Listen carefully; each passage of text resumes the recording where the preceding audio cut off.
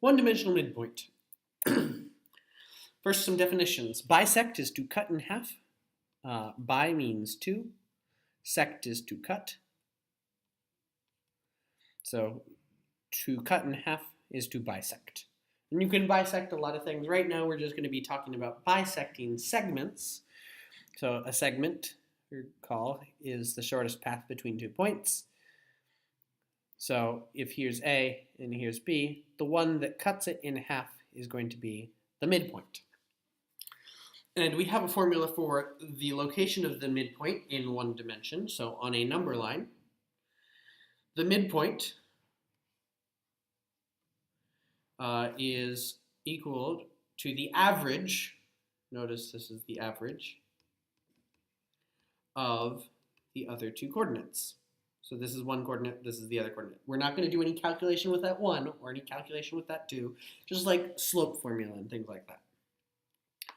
So find the midpoint of -4 and 25. So we're looking for the midpoint,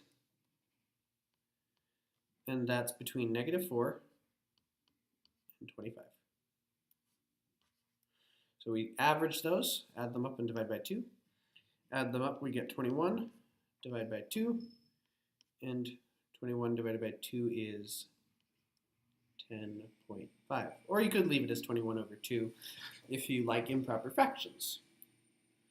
Find the midpoint of 18 and 0. 18 plus 0 over 2 is 18 over 2, which is 9.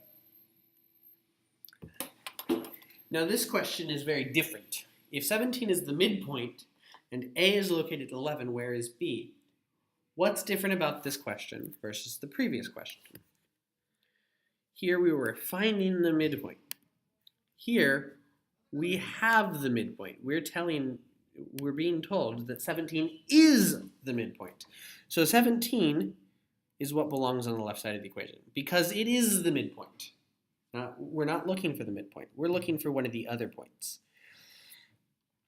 So one of the other points is 11, and the other point is B. So I'm going to write it like this. Now, the easiest way to solve an equation that's the whole equation. Now we want to solve the equation. The easiest way to solve that equation that I know of is multiply by 2 on both sides. Because 2 times 17 is fine. But multiplying by 2 on the right side of the equation cancels out that 2 in the denominator. So we have 11 plus B. Now we can subtract 11 from both sides, which gives us 23 equals B. Yay. D is at -5. And the midpoint is -2. So what's the other coordinate? Well, here's our setup. Then I'm going to multiply by 2 on both sides. 2 times -2 is -4. 2 cancels out with the division of 2. So we have -5 plus C. Add 5 to both sides. This becomes 1 equals C. So that's where C belongs. Last thing is we can have something like this, where S is the midpoint, and we're told, okay, ST is 7x minus 8. That refers to this length being represented by that expression. And RT is 8x plus 14. Well, the thing is, we know that a midpoint cuts it in half. So if this is 7x minus 8, and this is the midpoint, this is half of the whole thing. So the other half should be the same. Does that make sense? That we have 7x minus 8 and another 7x minus 8 because S is the midpoint. Now I can say, okay, 2 copies of 7x minus 8 equals 8x plus 14. Because I could either go from S to T and then from S to R, or I could go all the way from R to T. And those are the same lengths. So this is 14x minus 16.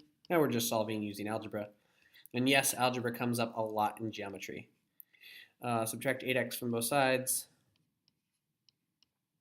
6x minus 16 equals 14.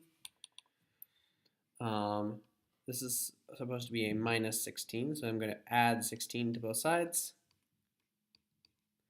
So 6x equals 30, x equals 5. So what is SR? SR was when we plug in 5, 7 times 5 minus 8 is going to be SR. So 35 minus 8, or 27. That's SR.